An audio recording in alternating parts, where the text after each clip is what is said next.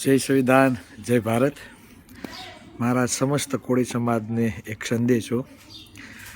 નવનીતભાઈ ઉપર જે બનાવ બનેલો છે તે બાબતે હજી ચોક્કસ કાંઈ નિર્ણય નથી આવ્યો.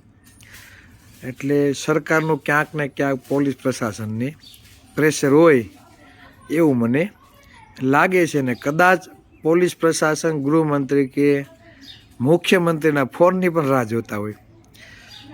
કહેવાનું સમાજને એ છે કે સરકારને જો બીક લાગતી હોય ને તો એક જ મતની.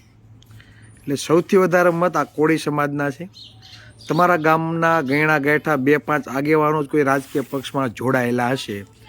90% જે સમાજ હશે તે કોઈ પક્ષ સાથે જોડાયેલો પણ નહીં હોય અને રાજનીતિની એને એટલી બધી ખ્યાલ પણ નહીં હોય. એટલે કહેવાનો મતલબ એ છે મહુવા, બગદાણા અને સુરત આ કોળી સમાજે ભાજપનો બહિષ્કાર કર્યો છે. તો ગુજરાતમાં વસતા અલગ અલગ તાલુકા અને જિલ્લાઓમાં કોળી સમાજને નમ્ર વિનંતી કે આપણા આત્મસન્માનની લડાઈ છે. જે પક્ષને આ કોળી સમાજની કાંઈ પૈડી ના હોય ને તો આપણી એને એક વખત નહીં 70 વાર આપણે કાંઈ પેઢી ના હોવી જોઈએ. જો ખરેખર તમારામાં કોળીનું લોહી હોય અને કોળી હોવાનો ગર્વ હોય.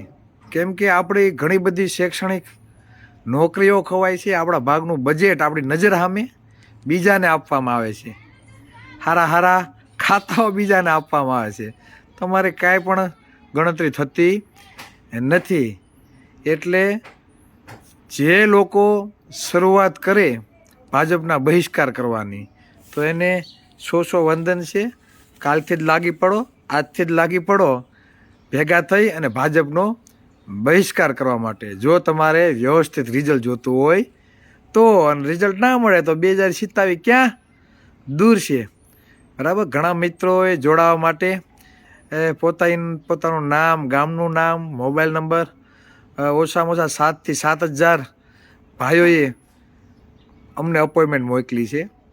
એટલે ટૂંક સમયમાં ટેલિફોનિક દ્વારા પણ એને સંપર્ક કરશો. બાકી 2027માં અમને બતાવી દેવાનો છે કે કોળીનો પાવર શું છે. જય સંવિધાન, જય ભારત.